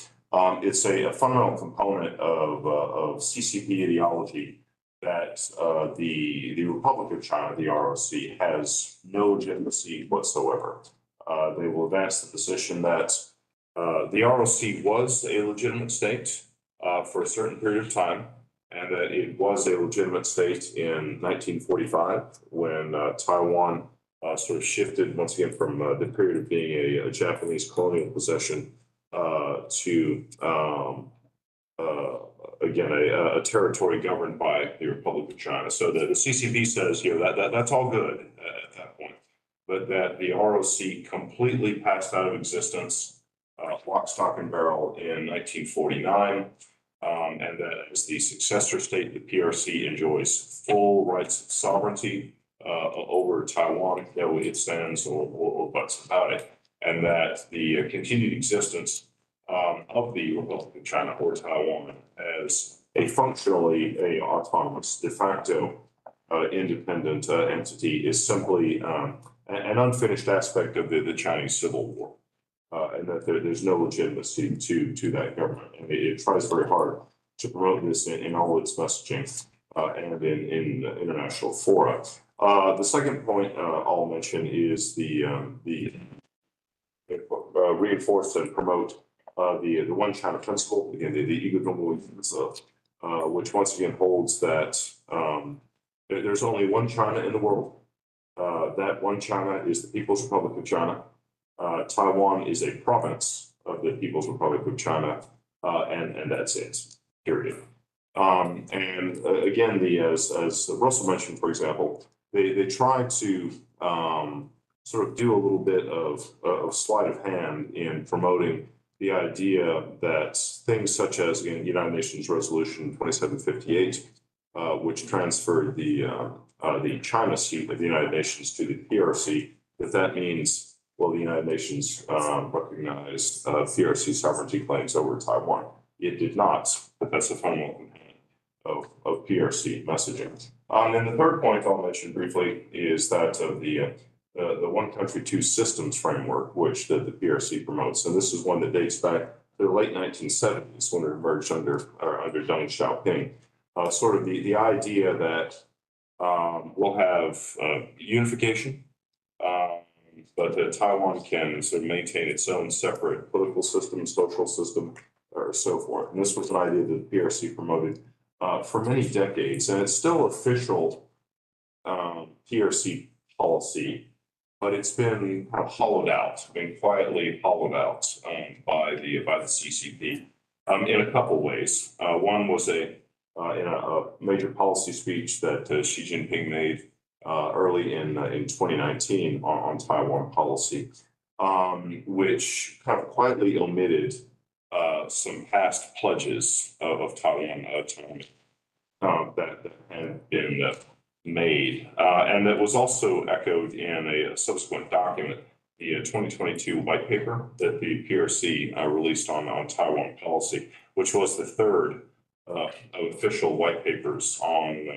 Taiwan policy that the CCP has released over time. And what was really, what I would argue anyway, is really significant about Xi's speech in 2019 and then the policy white paper of 2022 was the omission of previous pledges that had been made. In particular, the pledge not to assign PLA troops to Taiwan and not to dispatch any CCP civil officials to administer Taiwan. That had been a part of previous white papers in 1993 and 2000.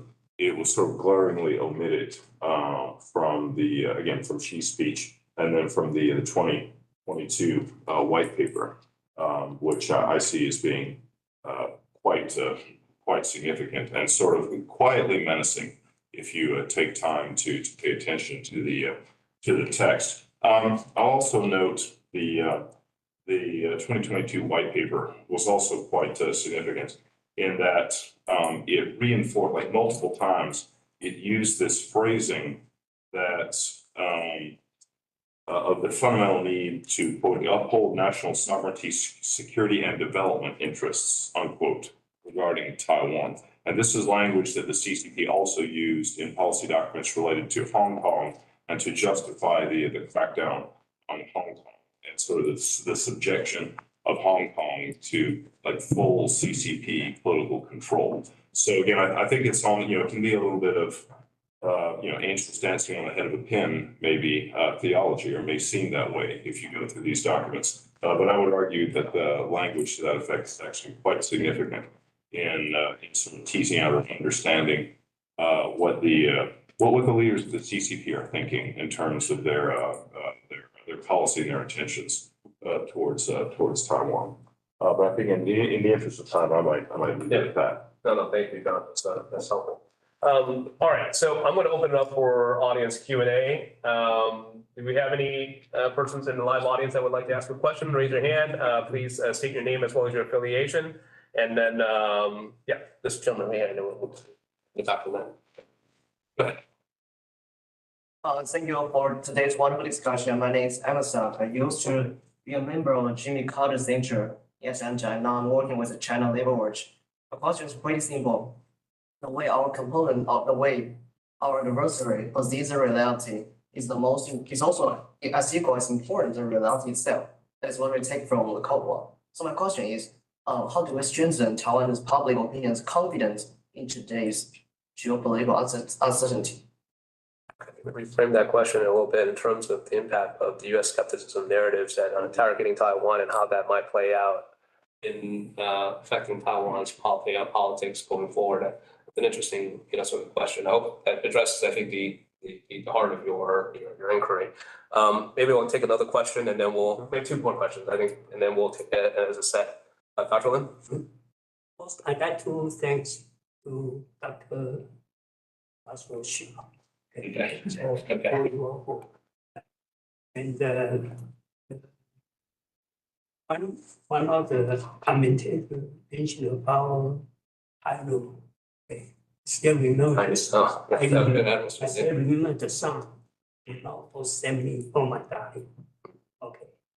So in a way, Taiwan is like a darling to us. So please don't forsake. And, number 3, Pearl Harbor. Do you think Pearl Harbor, Japanese attack on Pearl Harbor, is that an intelligence failure? And, also, later we have a 9/11 incident. So CCP might take some, some action against USA or Taiwan. So there's what are we going to do to prevent these unthinkable things to happen? All right. If I may, just like the question would be then, the possibility of strategic surprise, and the probability of that in the current sort of geopolitical environment and threats of that for Taiwan. The last question is decapitation in Taiwan. Decapitation. Is that certainly a possibility? Because that may be, how to prevent things that are working very hard in intelligence exchange by human intelligence or non-human intelligence between USA and Taiwan. All right. Hi, thank you for the insightful discussion. My name is Yuko Mukai, Washington correspondent of the Japanese newspaper Review Shimbun, also a non-resident fellow of Project 24. I do understand that today's discussion is that how the CCP is utilizing this political warfare on the current Taiwan, but I'm just curious that, so this basically, after their plan is succeeded, they successfully conquer Taiwan. They need to govern the island. And how this framework of this system of political warfare, and they found a cat down in the island. Do they have any plan how to keep governing the island, and how this political warfare is working for that purpose? If there is any relevant, how they're planning to do it. Because I do think it's going to be very challenging for the PRC to govern the island with the 23 million people highly recognizing themselves as Taiwanese. How are they going to do it? So, my question. Thank you, also. So we have a question about the, sort of how to counter the U.S. skepticism, sort of narrative in Taiwan, the possibility of strategic surprise, application strikes, and how to sort of mitigate that threat, and then a post-war scenario and how the political warfare, political warfare strategy. So I'll just open it up for any of the panelists to take any of those questions.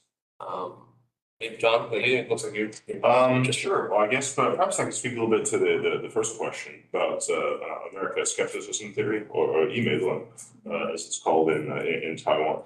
If I could be forgiven a shameless plug, here at GTI, we actually released a research report on that particular subject in 2023 and did some joint work together with an NGO in Taiwan, the Information Operations Research Group.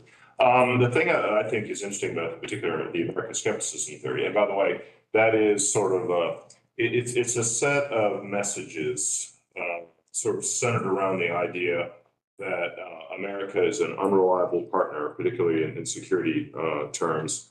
You know, America isn't really your friend. America is exploiting you and using you as a tool or a pawn. The metaphor of being a chess piece is very often employed. You know, Taiwan is an expendable chess piece for the Americans. And that, you know, the Americans are going to turn their back on you and abandon you when it becomes convenient for them to do so.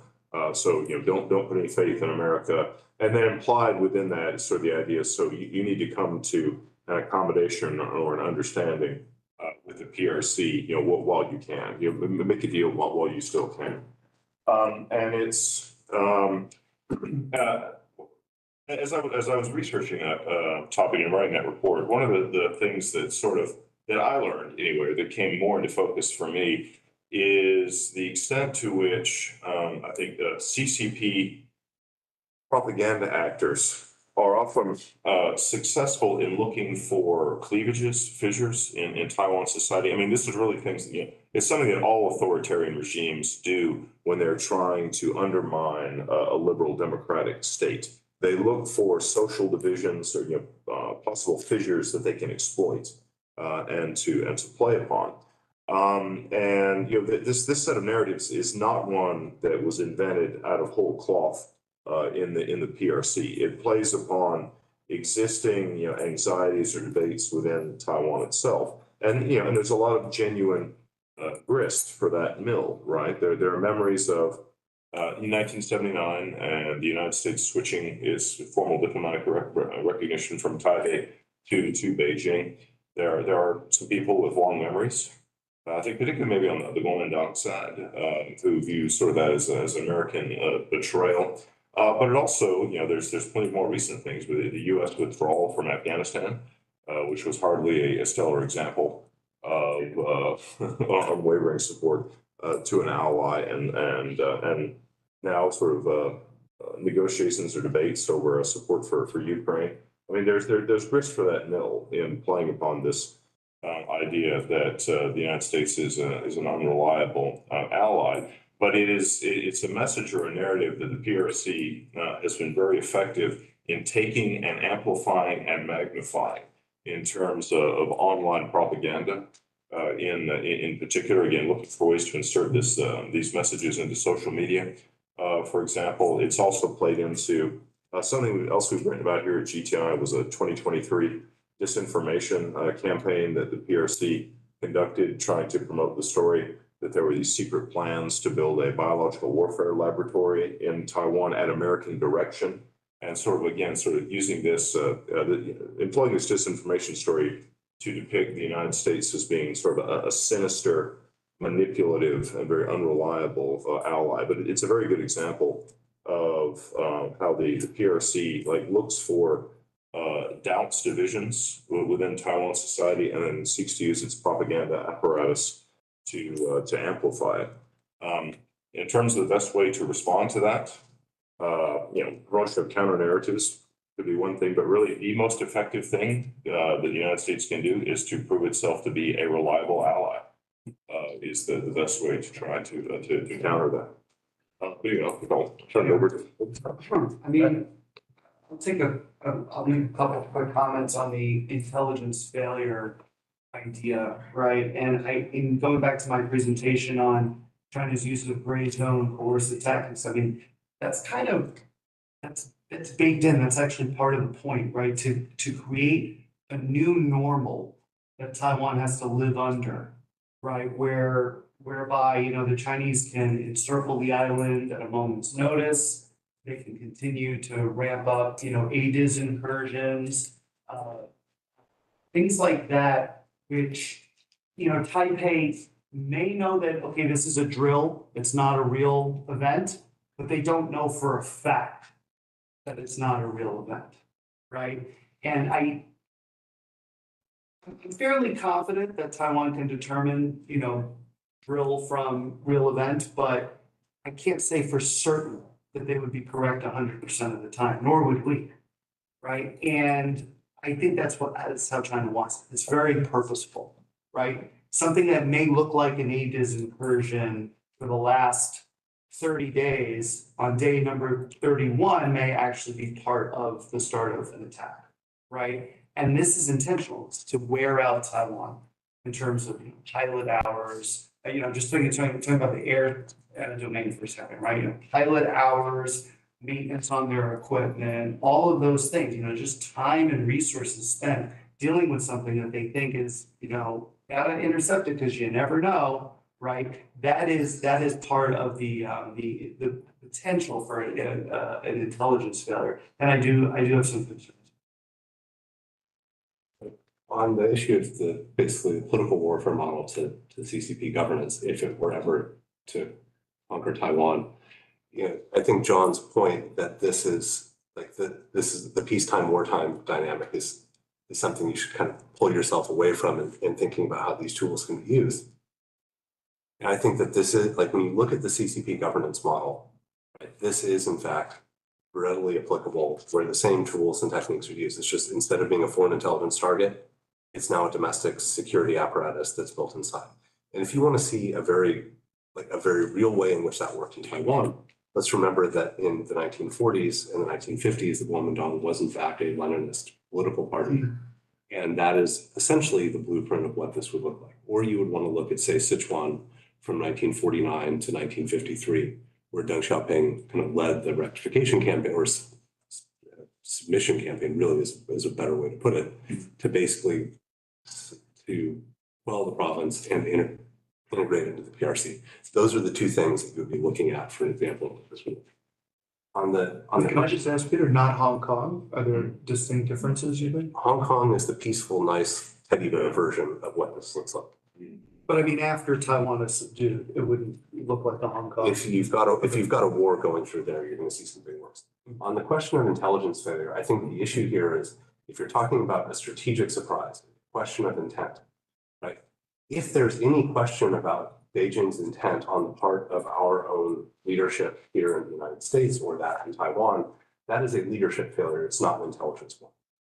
Yeah, the information is there. The transition that John pointed out from, well, maybe we can induce Taiwan to submit is now actually, no, we can't induce them to, so we're going to coerce them to, right? And it's now from coercion to war that you have to look at the range. And where I'd be really concerned about an intelligence failure is the issue of leadership understanding how fast and how far they have to escalate to deter PRC action as Beijing's assessment of the relationship and comprehensive national power between the PRC and the United States comes sort of to equality. And that we have to be able to manipulate those kinds of indices that Beijing is using to assess an opportunity to attack Taiwan. And that's where I would be most concerned about intelligence failure, is that we're not operating just left of wartime in that sort of deterrent space of understanding this is what their intent is. These are the ways in which they're evaluating and assessing their options, and how do we manipulate that so that we actually can remain in peace. Dr. Tsai, you have a question? I want to get two questions also from our online audience, so please. I'd like to ask the last question. Okay, can go to the You mentioned of the high noon, that counter attack. It's not just countering, and I'm seeing the title is countering. I'm not interested in countering. I'm interested in counter attack. And I want you all to think about this, because just countering is not effective. I mean, we have seen all what's happening in Taiwan. Now it's chaotic even in the parliamentary. So what we need is counterattack. Now, taking that reasoning, where would you put the counterattack office or organization or coordination in Taiwan? counterattack, and where would it be institutionally within Taiwan bureaucracy? I want to get two questions from our online audience members. One is directed at Garrett.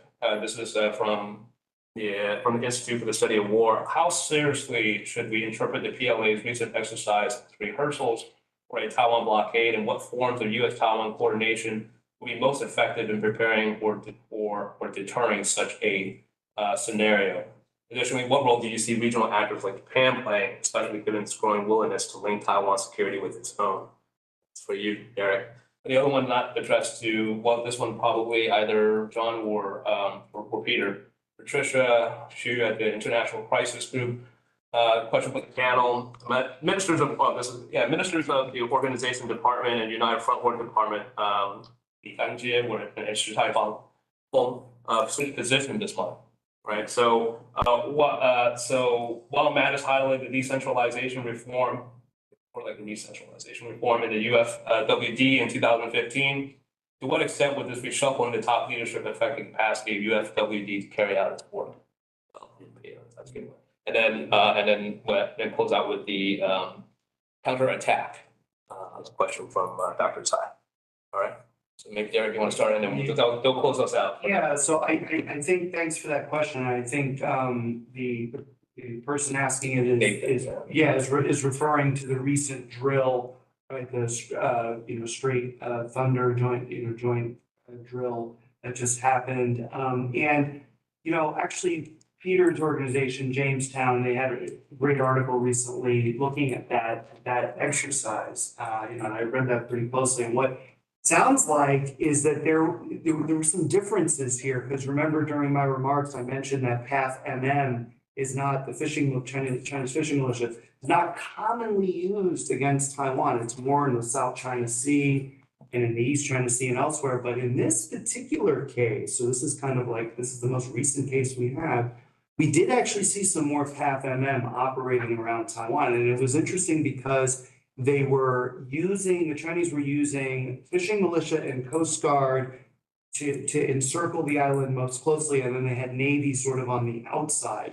And this is a new tactic or a new strategy that we're seeing China employ now. And so this is again, worrisome stuff. And in terms of countering it, I mean, and I'm going to go to your question, on the counterattack. I mean, Taiwan is probably going to have to invest in some counterattack capabilities or some offensive capabilities as both a deterrent or as a way to actually try to fight and win a war.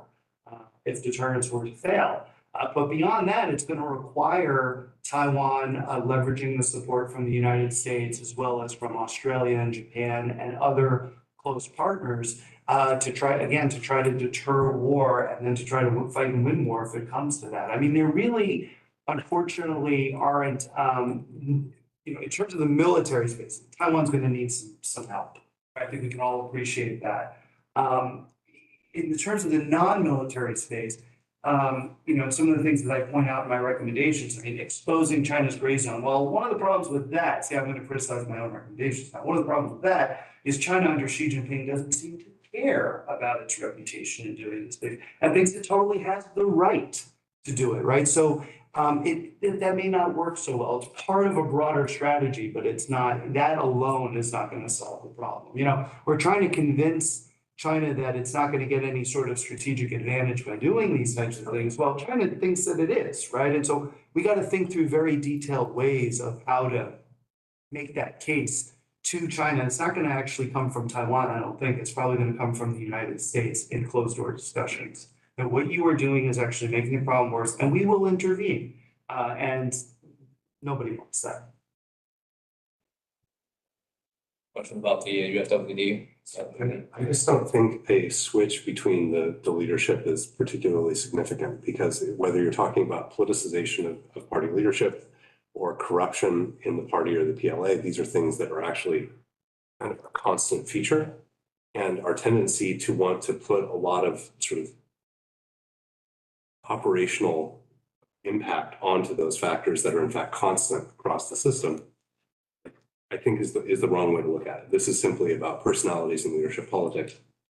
It's not really something that's going to affect the way in which United Front work is done, right? Because it's not just this, like, even if the central UFWD is mismanaged, right? There are still 31 provincial units. There are still God knows how many local ones. There are United Front work departments in the China Academy of Sciences. They are in some cases Western companies with party committees in them, right? Like, so this is a whole system that is operating in a lot of different ways, as has been pointed out on the CPPCC system.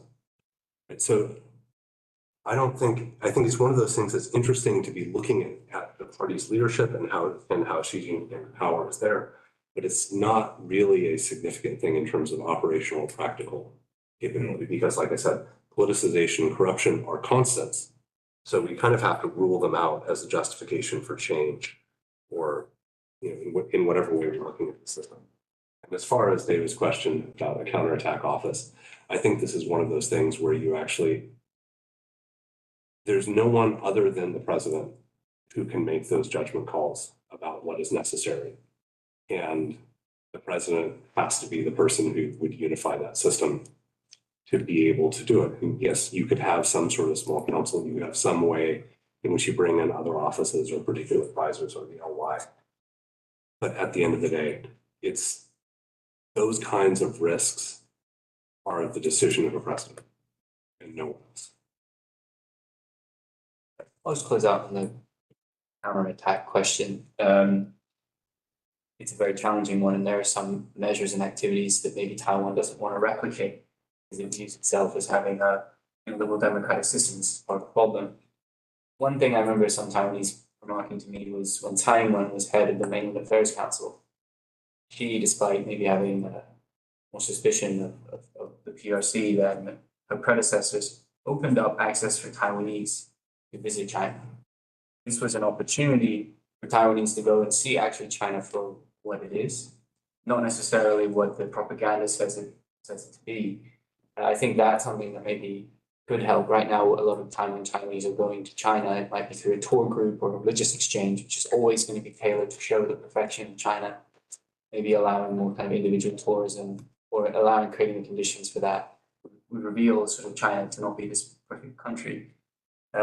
Secondly, just a side thought, I think right now to join a CPPCC gives a Chinese person or someone who's not Chinese incredible access to economic opportunities.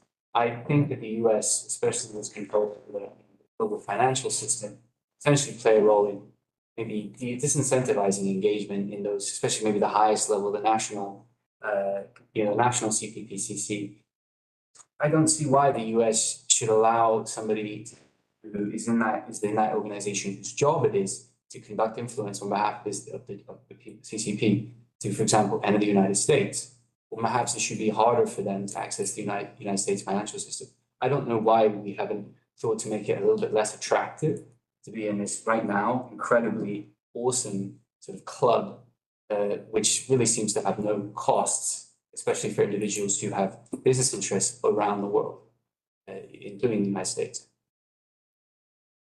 I think quickly, just on a counterattack strategy, I think make 3 points. One is that we cannot be afraid to talk democracy, global democracy. We have to, sort of talk about democracy, and to do so, to do without it would be basically competing with one hand tied behind our backs. And so I think it's very important that we do talk about democracy, we do talk about values, and we make that constantly, an important element in any communication strategy, as well as, in any multilateral strategy and working with allies and like-minded partners. And again, do so would be, basically competing with one hand tied behind our backs. Secondly, I think it's very important to understand the fact that I think that China understands the United States and better than we understand China. And there has to be a lot more language training done. Saw an interesting statistic that China spends 14 times more in English language training than the US does in all languages.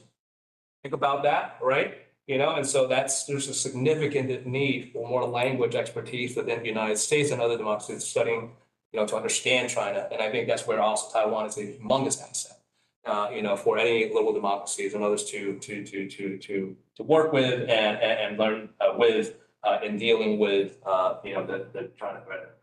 And thirdly, I would say, harmonization of legal frameworks and legal instruments are going to be critical in terms of closing loopholes within the international system to make sure that, the PRC cannot sort of divide and conquer, and what it does in terms of its economic measures, political measures, legal measures also as well. So being able to make sure that, I'm not saying the United States is necessarily the gold standard here, but, making sure that, it's like FARA, like the Law and Disclosure Act, Section 117 of the Higher Education Act, are uniform across countries that can make sure that they are able to also withstand their ability to protect against PRC malign influence.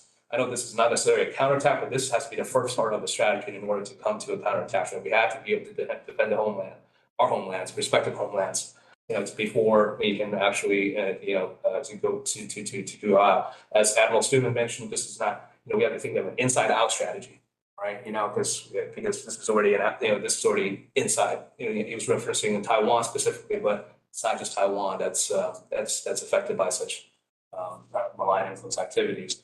And so I would say that, again, harmonization of these legal instruments and legal framework are going to be critical, and that requires, lawmaking bodies across all our respective democracies to work closer together to effectuate those changes within our political systems to deal with this. So, well, with that, I know I'm over time here, but I want to thank all of you for really joining us here today for this conversation. Again, the reports are available on our website at globaltaiwan.org. We have QR codes for each of the individual reports. I really highly recommend that you read them.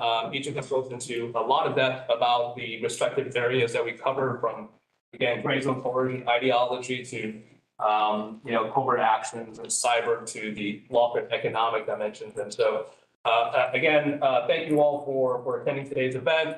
Our thanks to Rear Admiral Mike Studeman for providing the opening keynote, and also the contributors to this project for all their outstanding analysis. And I really do hope that this will just be the beginning of further conversations, and that we can really come to at one point, what David referenced, or the counterattack strategy to deal with this political warfare threat from the Chinese Communist Party.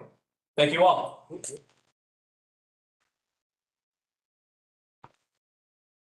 It's nice.